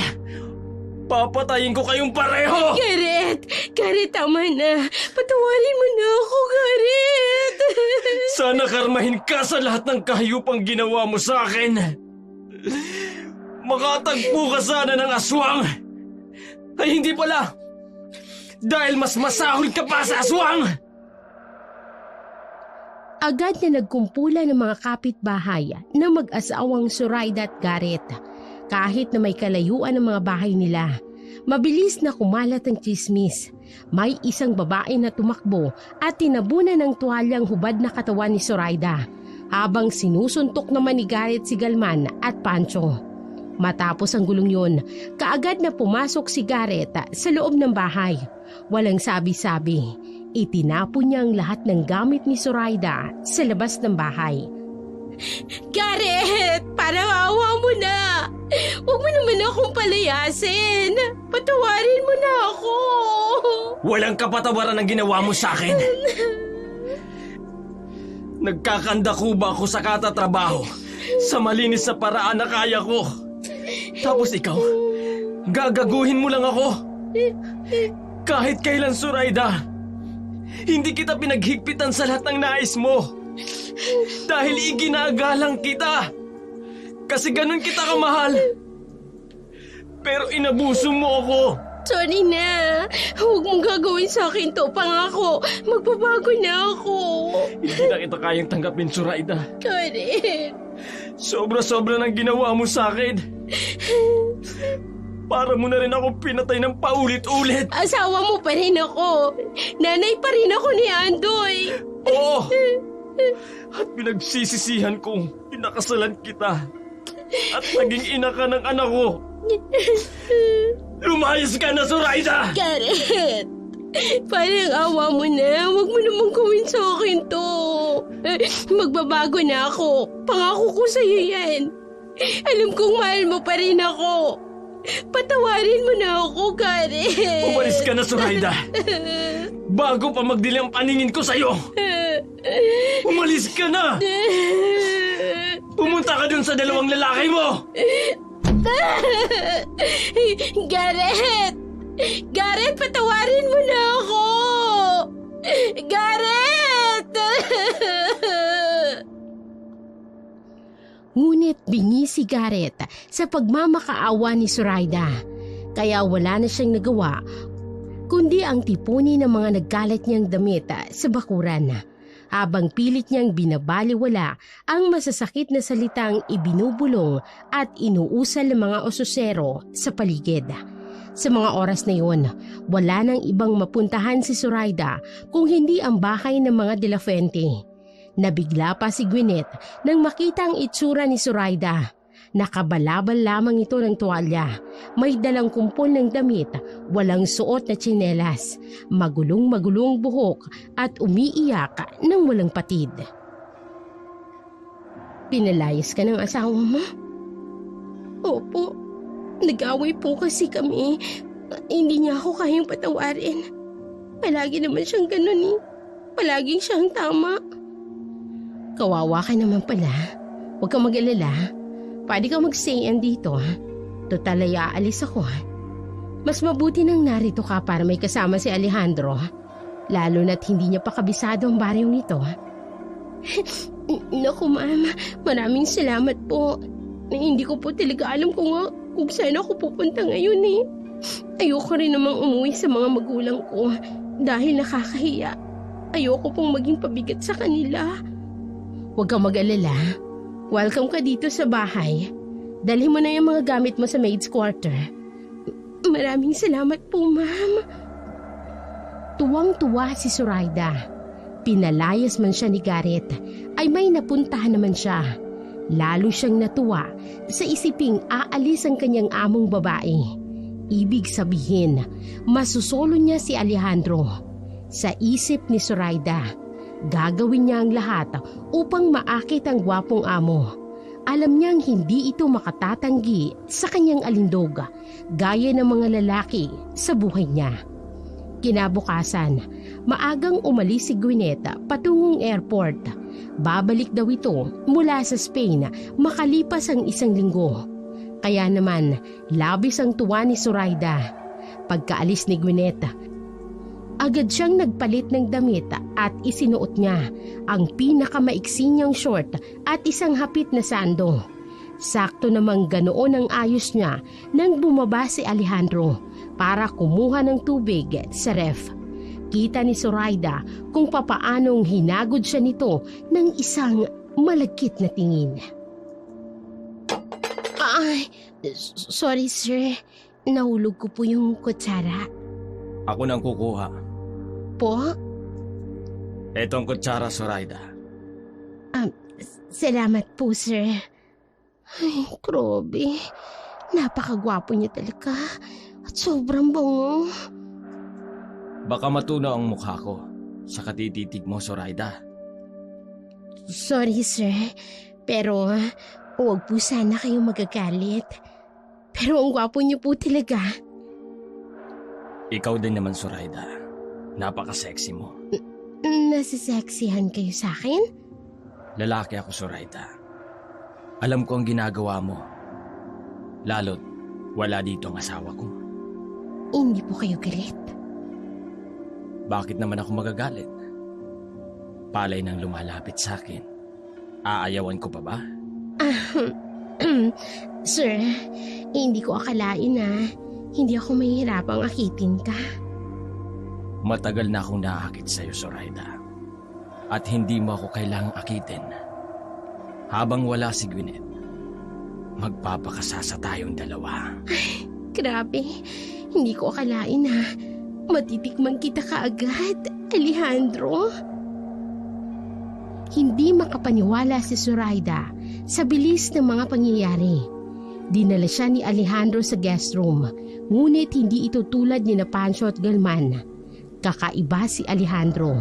Isa itong sadista. Hindi ito nasisiyahan hanggat hindi niya nakikitang umiiyak si Zoraida sa sakit ng kanyang pananakit. Gayunman, dahil determinado si Zoraida na maagaw si Alejandro mula kay Gwyneth, tiniis niya ang lahat ng hapdi at ang kirot ng mga pang-aabuso, kapalit ng pagkakataong mapalapit sa lalaki. Dumating ang araw ng pag-uwi ni Gwyneth. Hindi maiwasan ni Zoraida ang makaramdam ng matinding selos, lalo na sa pag-aalaga ni Alejandro sa asawa na tila ba isang reyna si Gwyneth na hindi maaaring malagusan o mapagod man lang. Alejandro, Anong ginagawa mo dito, Zoraida? Narito ang asawa ko. bakit ganun? Bakit kung ituring mo ko parang punching bag? Pero kung ang asawa mo parang reyna na ayaw mong padapuan ng kahit sa lamok man lang? Ikaw na mismo ang may sabi. Asawa ko siya. Pero Alejandro, Sir Alejandro, kapag narito si Gwyneth, Sir Alejandro ang itatawag mo sa akin. hindi mo pwedeng gawin sa akin to. Ikaw ang may gusto nito, Zoraida. Umalis ka na. Maglinis ka ng buong bahay at ipagluto mo kami ng asawa ko ng pagkain. Parang binuhusan ng malamig na tubig si Zoraida sa sinabi ni Alejandro. Tila nakalimutan na nito ang lahat ng mga nangyari sa pagitan nila noong walang asawa nito. Lumipas pa ang mga araw at patuloy ang mga patayang nagaganap sa Barrio Singkamas. Hindi na rin lumalabas ng bahay ng mga dilapuente si Zoraida. Bukod sa usap-usapan siya ng mga tao, natatakot din siyang mabiktima ng aswang na di umano'y gumagala sa paligid. Isang umaga, habang nagluluto ng agahan si Zoraida, bigla siyang naduwala sa amoy ng niluluto. Agad siyang tumakbo sa banyo at doon nagsuka. Ano ba nangyayari sa akin? Bakit ako nasusuka? Oh, teka, tama.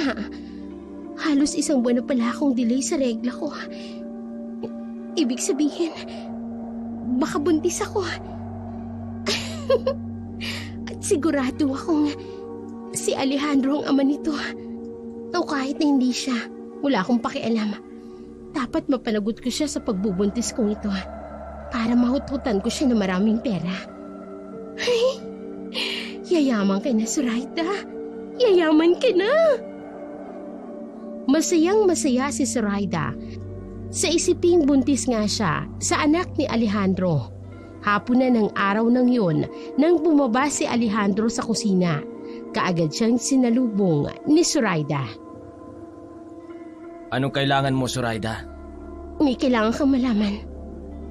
Tungkol saan? Buntis ako, Alejandro, at ikaw ang ama.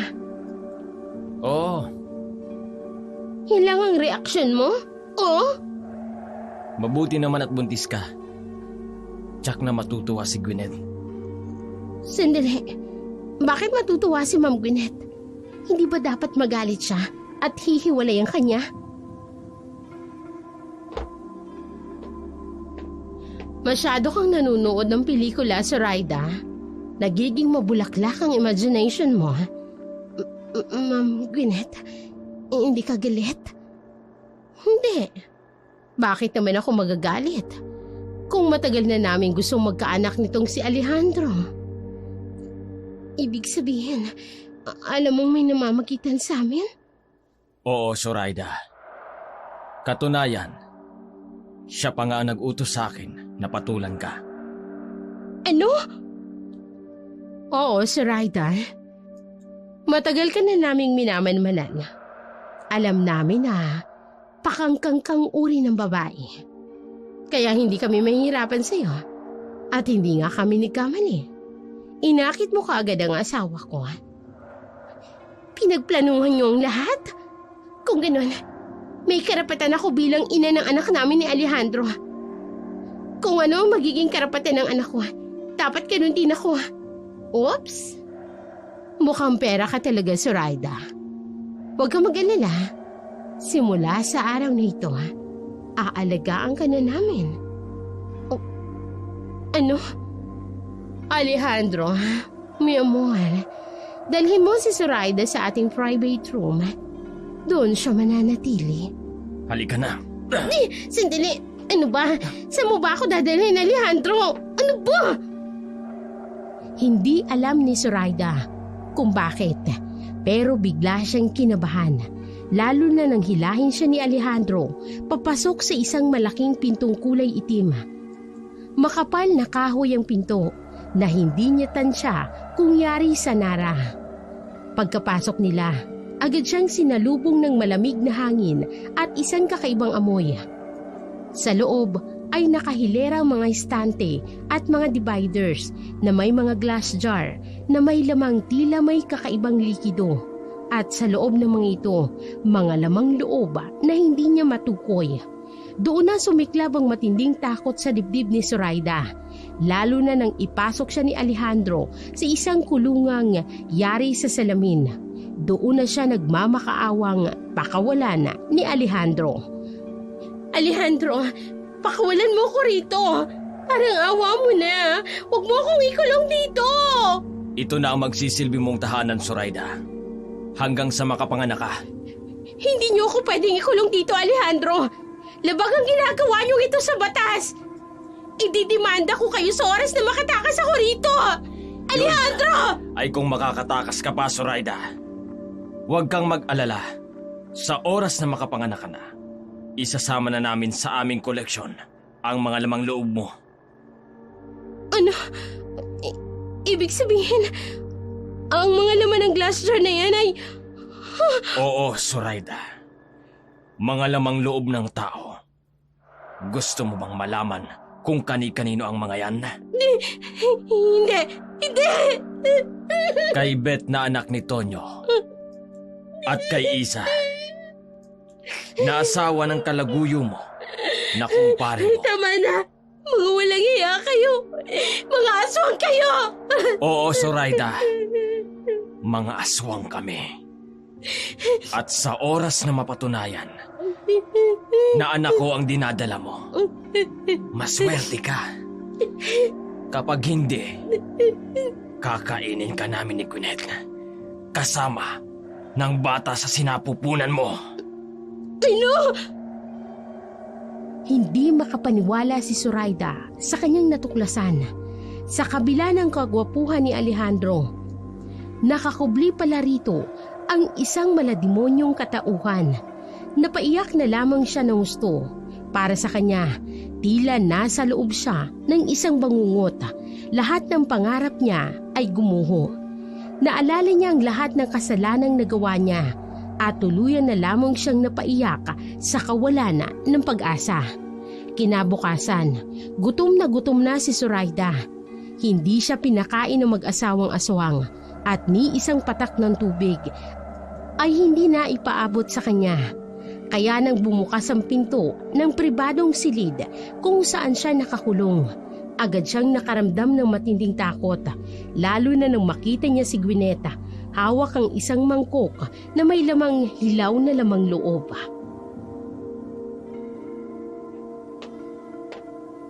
Kumusta ka, Zoraida? Gwyneth, pakawalan mo na ako rito. Ang lakas naman ng loob mong itusin ako, ha? Well, dinalang kita ng pagkain dahil alam kong gutom ka na.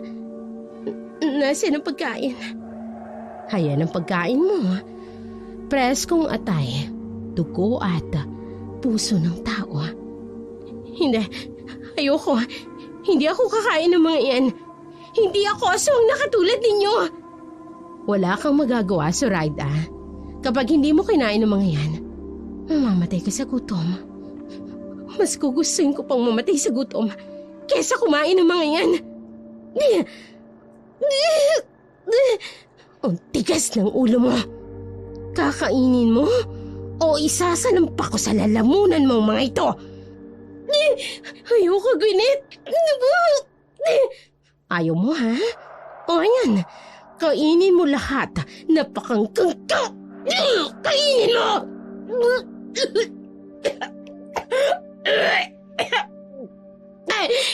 Tama na!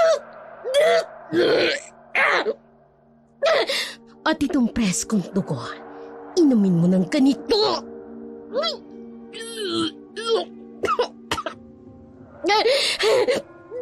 Tama na! Tama na!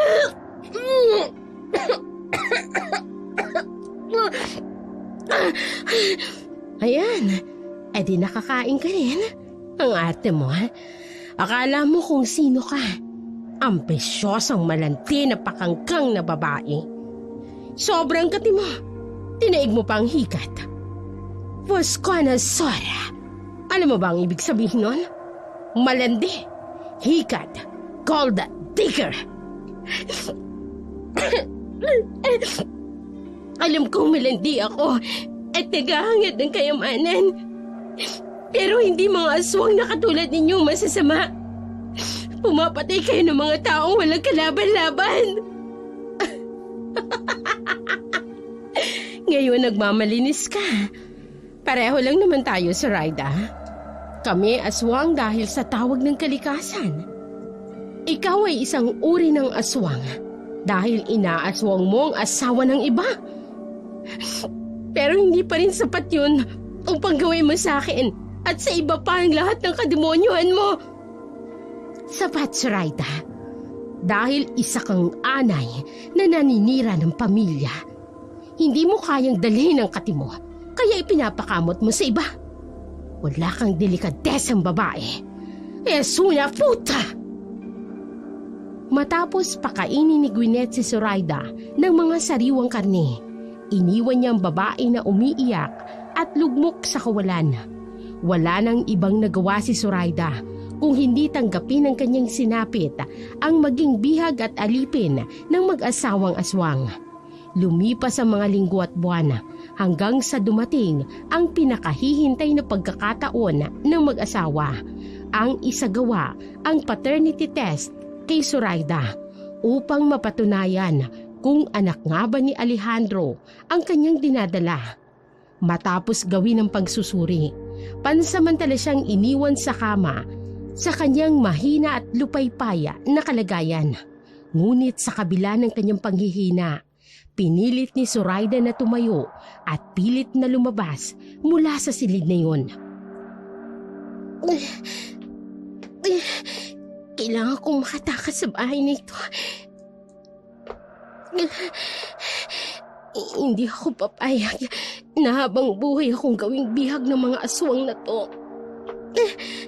Sisikapin kong makalabas. Konti na lang, makakalabas na ako. Mi amor! Si Zoraida! Tumakas! Hindi. Nalaman nilang nakatakas ako.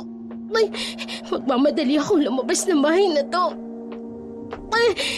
Lalabas ako ng bahay na ito. Kailangan kong makatakas rito. Zoraida! Bumalik ka rito! Hangal! Nakita niya ako. Hindi. May bilisan ko pang takbo ko hanggang sa makalabas ako ng gate. Hindi nila ako pwedeng mahuli. Hindi pwede. Wala kang mapupuntahan, Zoraida! Wala kang ibang mapupuntahan! Hindi ako magpapahuli sa inyo. Makakatakas ako rito! Tumakbo si Zoraida ng mabilis hanggat kaya ng kanyang katawan hanggang sa tuluyan siyang makalabas ng gate ng malaking bahay ng mga De La Fuente. Agad siyang humingi ng tulong sa mga taong dumaraan. 4:00 pa lamang ng hapon kaya may iilan pang tao sa lansangan. Hindi nag-atubili ang ilan sa kanila na saklolohan siya. Kaagad siyang dinala ng mga ito sa dati nilang bahay ni Garrett. Pagdating niya roon, bumungad sa kanyang tanawing matagal niya nang inaasama. Ang anak niyang si Andoy, mahimbing na natutulog. Ngunit kasabay nun ang malamig at matalim na titig ng kanyang asawang si Garrett. Garrett. Anong ginagawa mo dito? Pinalayas ka na ba ng ama ng anak mo? Hindi, Garrett. Makinig sa akin. Biniyag ako ng mag-asawang aswang. Si Alejandro De La Fuente, ang ama ng dinadala ko. Garrett, mga aswang sila. Nasisiraan ka na ba ng ulo, Zoraida? Napakabait ni Doc Gwyneth. Pati pala asawa niya inakit mo. Nakakahiya ka na talaga. Manala ka sa akin, Garrett. Nakatakas lamang ako nang kunan nila ako ng test. Pero mga aswang sila. Sila ang pumapatay sa mga tao dito sa Barrio Singkabas. Dadalhin kita sa ospital. Halatang nanghihina ka. At namumutla ka din. pupuntahan ko rin ang mga magulang mo para malaman at maalagaan ka nila. Hindi, Garrett. Pakinggan mo ako. Nagsasabi ako ng totoo. At isinulat ko sa diary ko. Nariyan ang lahat ng mga pinagdaanan ko.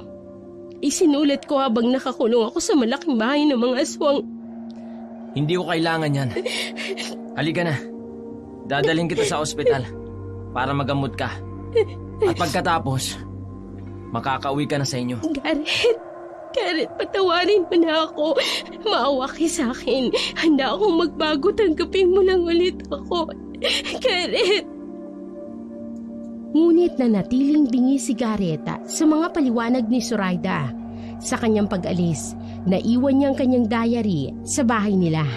Samantala, dinala siya ni Garrett sa ospital upang magamot ang kanyang mga sugat at malagyan ng dextrose. Ayon sa mga doktor, dehydrated si Zoraida at kailangan ng agarang lunas. Ngunit halos tumigil ang kanyang paghinga sa takot nang bumukas ang pinto at pumasok ang isang doktor na kilalang kilala niya. Si Gwyneth. Nakangisi ito sa kanya. Isang ngising waring galing sa mismong impyerno. Ikaw, bakit ka narito? Lumayo ka sa akin. Aswang ka! Zoraida, sabi ko naman sa'yo, hindi ka makakatakas. At ang tanong mo kung bakit ako narito, dahil dito ako nagtatrabaho. Hindi, uuwi na ako sa amin. Lumayo ka sa akin. Tulong! Shhh! Huwag kang maingay. Baka sabihin nila may ginagawa akong masama sa'yo. Dahil totoong meron kang ginagawang masama sa akin. Aswang ka. Magbabayad kayo sa lahat ng kasalanan ninyo ni Alejandro. At sa tingin mo, sinong maniniwala sa isang katulad mo?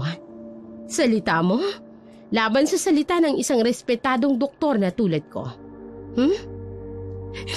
Hayop ka, Gwyneth. Hayop ka. Tulungan niyo ako.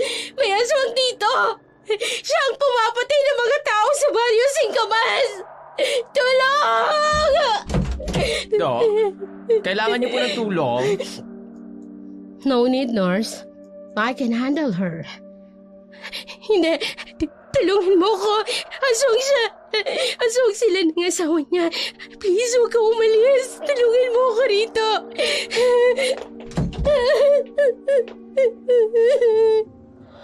Zoraida, wala ka na magagawa.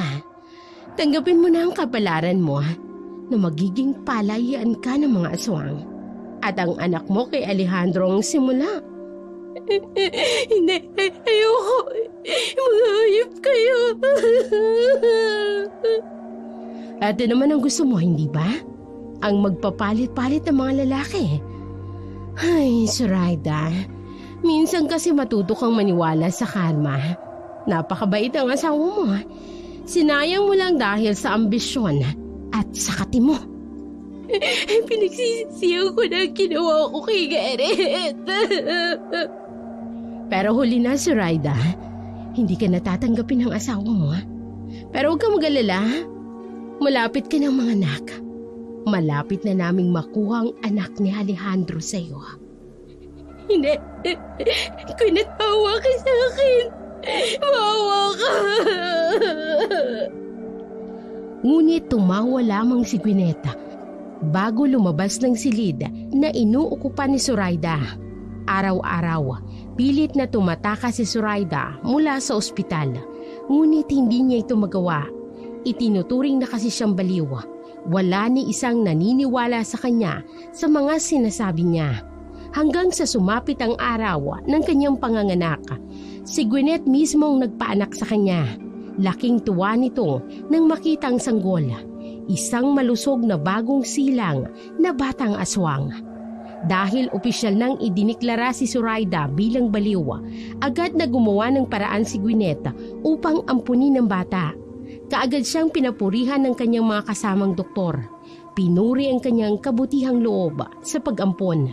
Ngunit lingid sa kaalaman ng lahat, bahagi yun ng mas malalim at madilim na plano ng mag-asawang sina Alejandro at Gwyneth.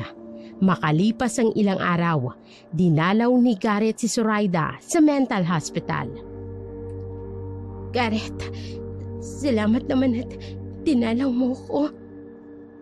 Gusto ko lang kumusta ang kalagayan mo. Hindi ako baliw. Nagsasabi ako ng totoo. Gumawa lang ng paraan si Gwyneth para palabasin akong baliw. Pero ang totoo, mga aswang sila. Kinuha niya ang anak ko sa asawa niyang aswang. Magpagaling ka, Zoraida. Para naman paglaki ni Andoy, may ina pa rin siyang madadalaw. Maniwala ka sa akin, Garrett. Aswang sila. Sila ang pumapatay. Sila rin ang pumatay kay Isa at kay Beth. Kinuha nilang koleksyon ng mga puso't lamang loob nila. Kinuha nila akong palahian. Sige, magtutungo na ako sa barangay. Sasabihin ko kay Kapitan. Salamat, Garrett. Zoraida, bakit tulala ka? Ang anak ko. Gwyneth, ibalik mo ang anak ko. Aswang ka. Huyop ka. Ikaw, aswang ka rin. Nagpapanggap ka lang na mabait. Pero aswang ka rin. Aswang ka. Baliw na nga siya. Hindi ko akalain na aawit ka sa ganito, Zoraida. Sinira mo ang pamilya natin.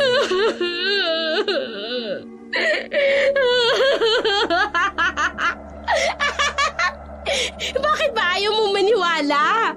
Aswang nga sila eh. Mga aswang sila.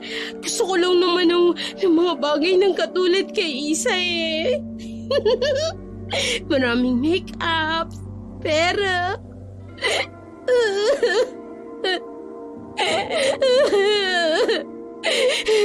Tapos napunta ako sa mag-asawang aswang na iyon. Pinakain nila ako ng lumang loob ng tao. Araw-araw.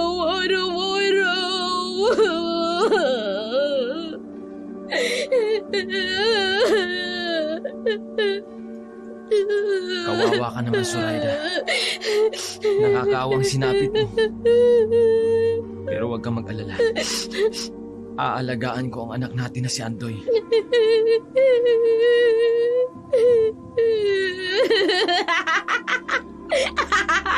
Gusto niyo makita mga aswang? Ha? May alam na ko. Puntahan natin. May alam ako.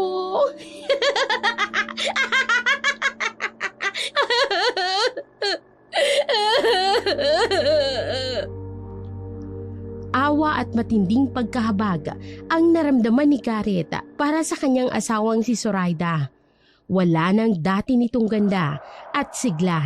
Tuluyan na itong nawala sa katinuan. Bagamat minsan ay nakakausap pa rin niya ito ng matino, agad din siyang bumabalik sa deliryo at pagkabaliw. Lumipas ang ilang araw, nagkagulong buong baryo Singkamas dahil sa matinding amoy na nagmumula sa bahay ng mga Tilafente. Dahil dito, napilitan ng mga opisyal ng barangay na pasukin ang naturang bahay.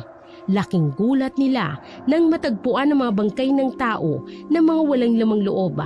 Sa kanilang palagay, ang ilan sa mga ito ay maaaring galing pa sa mga karatig baryo. Wala na rin ang mag-asawang doktor. Tila ba tuluyan na nilang inabandona ang kanilang tahanan. Muling naalala ni Garrett ang mga sinabi ni Zoraida.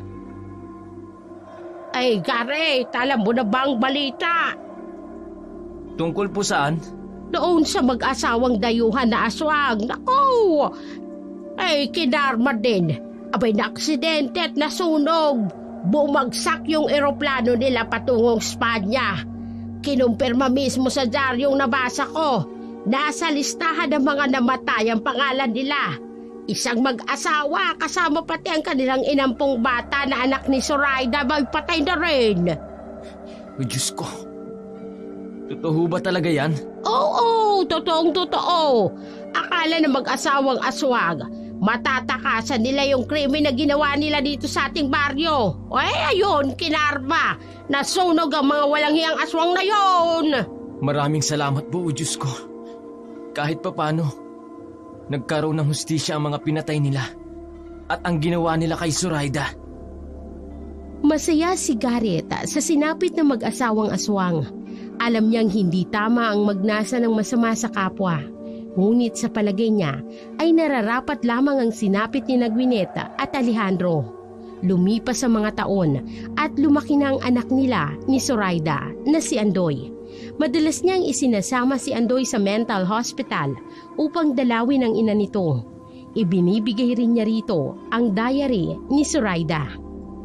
Isang araw, makulit na inulit ni Andoy ang hiling niya na magpadala si Garrett ng sulat sa isang YouTube channel na paborito niyang pinakikinggan, ang Dark Shadow 101. Narinig kasi niya ang ama na palaging nakikinig ng mga totoong kwento ng mga aswang mula sa nasabing channel. Oo na, gagawa ako ng sulat sa channel nila at ipapadala ko sa email nila. Pero kailangan ko munang sabihin sa nanay mo, kahit hindi na natin siya makausap ng matino. Gusto ko pa rin sabihin sa kanya ang balak natin, Andoy. Pumunta si Garrett sa mental hospital at doon niya muling nasilayan ang dating asawa. Nakaupo si Zoraida, tulala at nakatitig sa kawalan habang mahigpit na yakap-yakap ang kanyang tiyan na para bang iniisip pa rin niya na may dinadalang sanggol sa kanyang sinapupunan. Dahan-dahang lumapit si Garrett at tahimik na umupo sa tabi ni Zoraida. Aswang, may aswang. Wala na sila, Zoraida. Patay na sila. Kasama silang namatay sa bumagsak na eroplanong sinasakyan nila. Patay? Oo. Patay na sila. Zoraida, gusto ko rin sanang sabihin sa'yo na mag-aasawa na ako muli. Asawa? Alam mo, may asawa ako. Pero nagloko ako Kaya nagalit ang asawa ko. Tapos may aswang. Pinapatawad na kita, Zoraida. Magpagaling ka para muli kang makabangon at maayos mo ang sarili mo. Gusto ko pa rin na makita ka ni Andoy. Kilit sa akin ng asawa ko.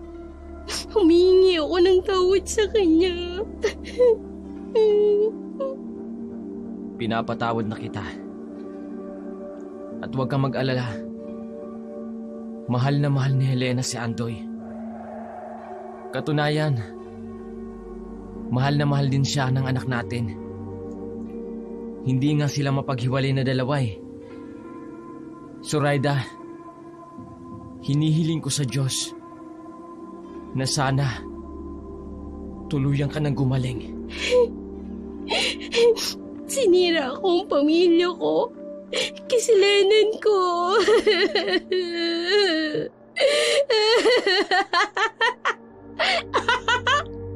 Tapos, nakakita ko ng mayaman. Akala ko yayaman na ako Tapos, mga aswang pala sila. Masasama sila. Mga aswang sila. Malungkot na sinulyapan ni Garrett si Zoraida. Sobrang payat na nito. Nangingitim na rin ang gilid ng mga mata. Halatang halata ang kawalan ng tulog. Tahimik niyang hinubad ang kanyang wedding ring at isinabit ito sa isang pintas, saka maingat na isinuot sa liig ng dati niyang asawa. Hinalikan niya ang ulo nito. Hindi man ito naging mabuting asawa sa kanya. Minahal pa rin niya ito ng totoo. Ang pagdalaw niyang yun ay isang tahimik na pamamaalam. Muli siyang bubuo ng pamilya kasamang kanyang anak at ang bagong minamahal, si Andoy at Helena. Isang public school teacher si Helena. Tinulungan rin siya nitong makapagtapos ng isang vocational course. Dahil dito, may maayos na siyang trabaho at nakapagpatayo na rin ng isang maliit na vulcanizing shop sa harap ng kanilang bagong renovate na bahay. Hanggang dito na lamang po ang sulat naming mag-ama. More power po sa inyong channel. Maraming salamat po.